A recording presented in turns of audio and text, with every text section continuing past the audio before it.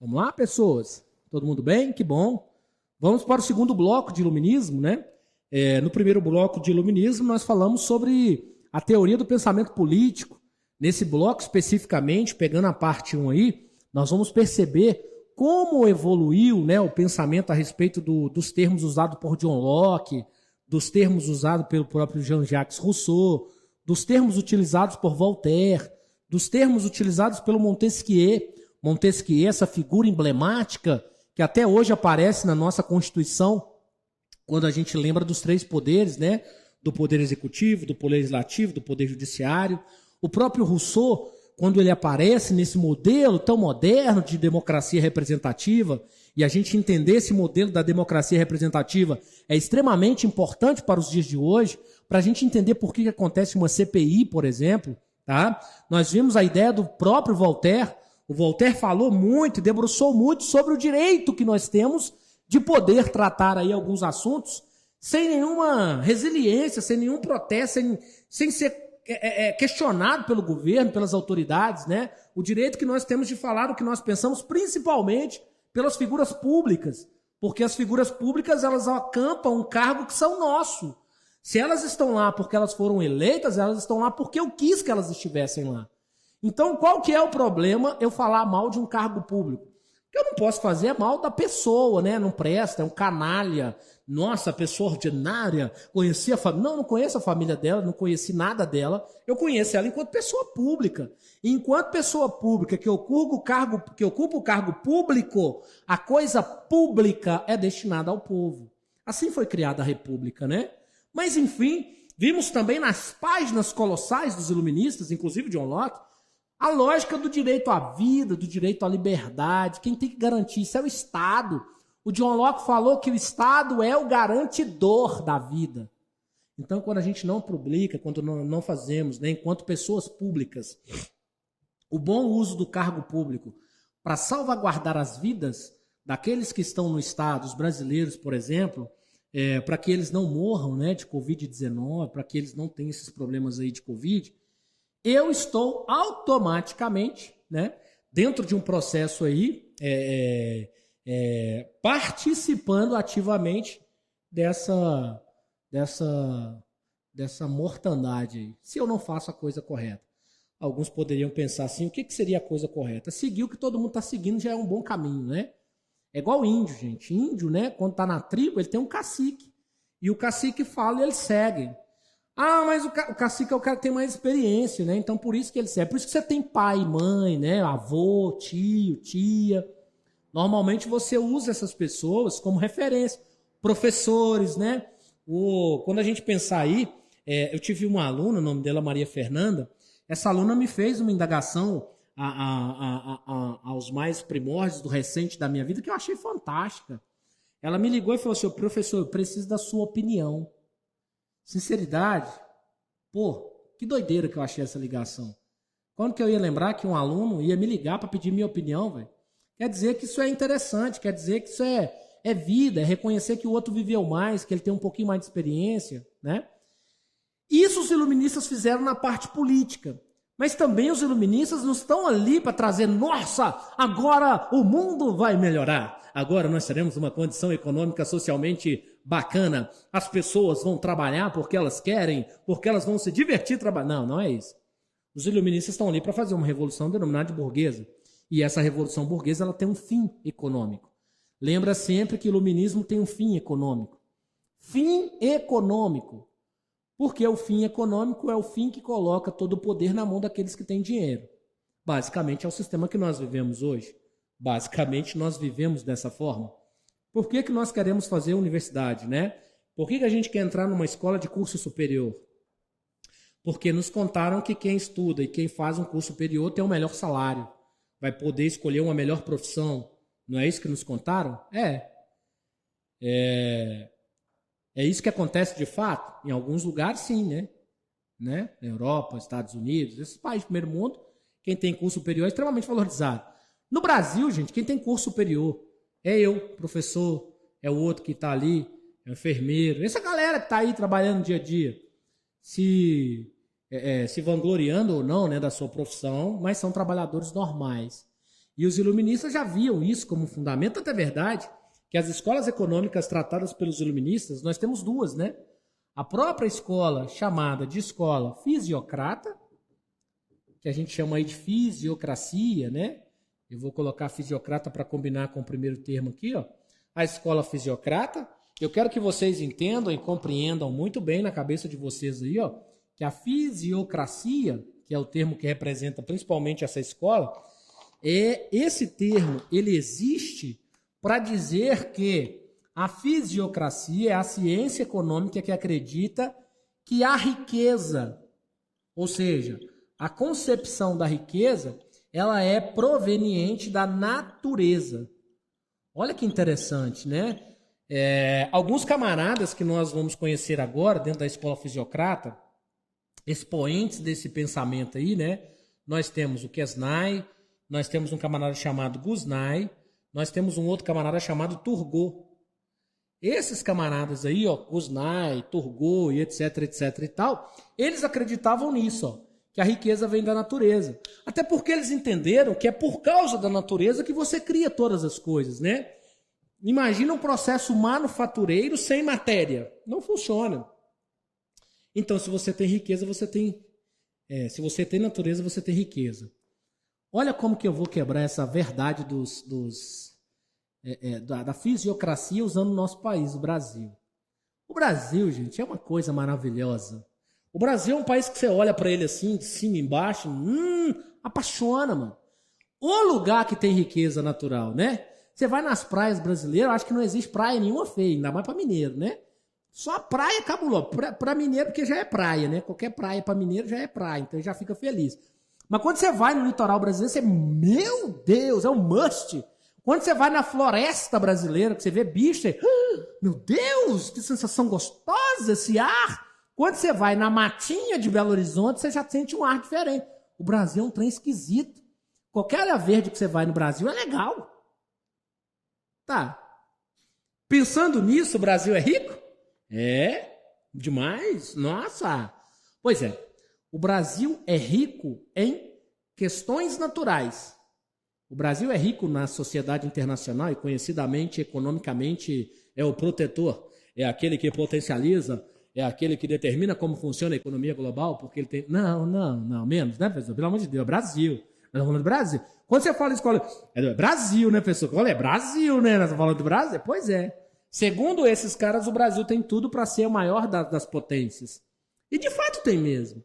Só que o Quesnay, o Gusnay e o Turgot vão ser surpreendidos por um camarada um pouquinho além.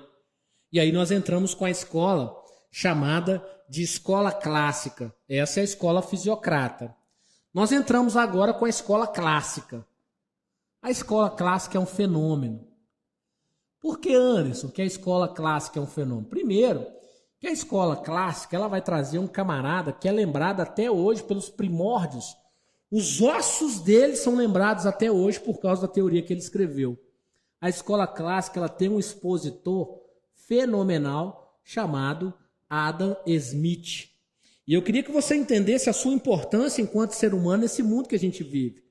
O Adam Smith viveu num mundo muito parecido com o nosso. Tinha gente nesse mundo.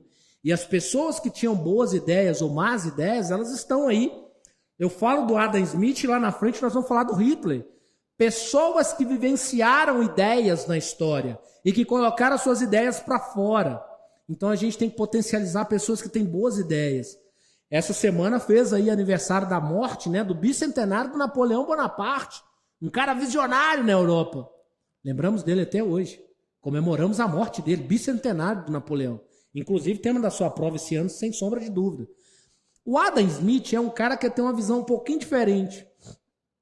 O Adam Smith vai pensar o seguinte, ó, presta atenção. Natureza é igual a matéria-prima. Pensamento do Adam Smith. Beleza? Próxima conta dele, matemática. Ele fez a matemática 1 ali em cima. Agora ele vai fazer a matemática 2. Natureza mais trabalho é igual riqueza. Quando ele coloca isso aqui, Ali a gente colocou a riqueza, né? A natureza como fonte da riqueza. Aqui ele coloca a natureza, mas ele adiciona aqui, ó. Ele faz uma adição ali, uma das contas mais difíceis de se fazer, né? Ele adiciona trabalho. Labor. Vamos colocar essa palavra aqui, eu lembrei dela agora e achei ela bonita, tá? Ele coloca labor. Quer dizer que, segundo a lógica do Adam Smith, quando você executa trabalho sobre a natureza, você tem o quê? Riqueza. Essa é a conta dele. Então, para o Adam Smith, o trabalho é a fonte da riqueza. Escrevi de vermelho para você nunca mais esquecer, tá? Então, para Adam Smith, o trabalho é a fonte da riqueza. Gente, por favor, fiquem tranquilos aí, não se emocionem com a aula, tá? Então, ó, o trabalho é a fonte da riqueza. Natureza é igual matéria-prima para Adam Smith. Ele não fala que natureza é igual dinheiro, ele fala que natureza é matéria-prima. E quando você pega essa matéria-prima da natureza e trabalha ela, você tem um labor sobre a matéria, então você tem a riqueza. Fora isso, você só tem natureza. E como que o Napoleão sabe disso? Napoleão não. Como que o Adam Smith sabe disso? É só você observar aquilo que é feito com a ideia do Quesnay aqui, ó. Então você tem aqui no Quesnay a ideia da riqueza como natureza. Pega a natureza. Imagina que você quer vender um feixe de árvores, galhos. Você vai vender isso para alguém. Esse feixe de árvore, galho da árvore, vai custar o mesmo tanto que uma cadeira de árvore? Não. A cadeira é mais cara porque a cadeira não está in natura. A cadeira transformou a natureza em cadeira. Então esse transformar é o trabalho. E quando você trabalha, você coloca valor. Vou dar um outro exemplo para ser mais ainda pujante. Pensa numa fazenda de café. O Brasil produz muito café. O Anderson é produtor de café. Vamos desenhar aqui para não ficar na nossa palavra, ó. Então nós temos que pensar no nosso exemplo, ó, café. Então o Anderson tem um saco de café. Esse saco de café é grão torrado. É assim que eu vendo o café, grão torrado. O Anderson tem outro saco do café, que é o saco de café moído, tá? Pera aí, eu vou ter que ir somando, senão você não vai entender meu exemplo. Então ele é torrado, moído, beleza? O Anderson tem um saco de café torrado, moído, em 250 gramas, ou seja, um saco de café menor.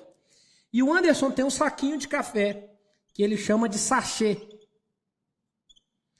Esse sachê ele foi T de torrado, não vai dar para escrever tudo, M de moído, E de envasado, P de processado, P envasado porque vai colocar num pacotinho. Processado, tá bom, vou ir só até aqui. E ele é um produto pré-pronto. Só você jogar na água quente que já funciona lá. Não precisa de coar, não. É um pó tão fino. Ele foi moído muitas vezes. Esse sachê aqui, ele custa R$ 5,99. Eu vou colocar o preço do BH, que o preço do BH tá mais camarada. R$ 3,99 o sachê, tá? R$ 3,99 o sachêzinho aqui. O 250 gramas tá custando R$ 6,00 no BH. R$ 6,00. R$ 6,00. Esse café aqui, ó, é de 1 quilo, tá custando R$ 9,00. E o grão, que é uma saca de 100 quilos. Essa saca de 100 quilos tá saindo R$ 49. Beleza? Então vamos lá. Aqui eu tenho 100 quilos, 100 quilogramas. Aqui eu tenho 1 quilograma. Aqui eu tenho 250 gramas. Aqui eu tenho 3 gramas. Qual café é mais caro? Bom, esse, né, antes? Pois é. Por que esse café é mais caro? Porque ele foi mais processado. Ele foi mais trabalhado. Então, quando você tem mais trabalho sobre a natureza, você ganha muito mais dinheiro sobre o produto que seria natural. Para que o exemplo do café?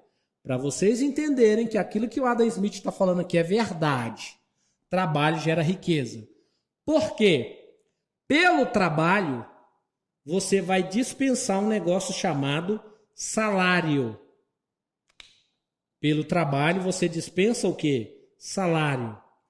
Salário representa a quantidade de riqueza produzida pelo trabalhador? Não. Salário representa um valor fixo, normalmente tabelado pelo Estado e muito baixo. Então, quer dizer que o trabalhador pode produzir mais riqueza do que o salário dele paga ele. Não tem problema. Desde que eu pague salário, eu estou em dia com as minhas obrigações com o meu trabalhador. Essa é uma coisa. O Adam Smith, a partir disso, criou algumas regras. Primeiro, o Estado não interfere. Essa é a primeira regra. O Estado não interfere. Segunda regra que o Adam Smith criou, livre concorrência. Essa livre concorrência, segundo o Adam Smith, é como se fosse a mão invisível. Como você não tem o controle do Estado, a livre concorrência ela se autocontrola. É como se fosse a mão invisível do Estado. E uma outra regra muito interessante que ele criou também foi a lei da oferta e da procura. Lei da oferta e procura. A lei da oferta e procura é a lei que estabelece que você não deve produzir mais do que o necessário para o seu mercado consumidor comprar. Essa lei da oferta e da procura é tipo assim, ó. Se vai lançar uma outra padaria, do lado da padaria você pode continuar produzindo a quantidade de pães que você produzia antes da outra padaria existir? Não. A quantidade de pães deve ser proporcional. Se eu tenho uma padaria que vendia 5.000 pãezinhos durante o dia e abrir uma padaria do lado, ela pode cair aí uns 20%, mentira, uns 50% da sua produção. É melhor você ter 50% de pão produzido e não vender todo o pão e não tomar prejuízo do pão não vendido do que vender todos os 50%, pensando que você agora tem um concorrente. Essa concorrência faz seu pão ficar mais barato. Por isso que o Adam Smith falava da mão invisível do Estado. E aí ele cria o que nós chamamos de liberalismo econômico. Liberalismo econômico. Basicamente, o liberalismo econômico é a não intervenção do Estado na economia proposta pelo Adam Smith aí. Beleza? Tem um outro camarada que é importante a gente saber dele. David Ricardo. O David Ricardo é o cara que vai tratar isso aqui, ó. David Ricardo. O David Ricardo fala da teoria do mínimo. Ele que cria salário mínimo, tá? Quando o David Ricardo fala sobre isso aqui, gente, a gente chora. O David Ricardo fala que todo ser humano tem sonho. E ele precisa de condições mínimas para resolver o sonho dele. Se você der condições máximas, ele não tem sonho mais. Então ele vai se prender ao sonho, vai receber o salário para ele ir aos pouquinhos realizando o sonho. Por exemplo, eu quero uma geladeira nova. A geladeira custa mais que o salário. Mas se você trabalhar 1 ano nesse emprego, você vai conseguir parcelar a geladeira e pagar a geladeira até o fim do ano. Sonho. Aí eu tenho que ficar trabalhando 1 ano para pagar o meu sonho. David Ricardo é um trouxa. Mas é isso aí. Espero que vocês tenham entendido. No próximo bloco a gente começa a discutir aí como que isso de fato, né, assombrou aí o mundo moderno, assombrou o mundo do moderno para o contemporâneo aí. Tranquilo? Até a próxima aí.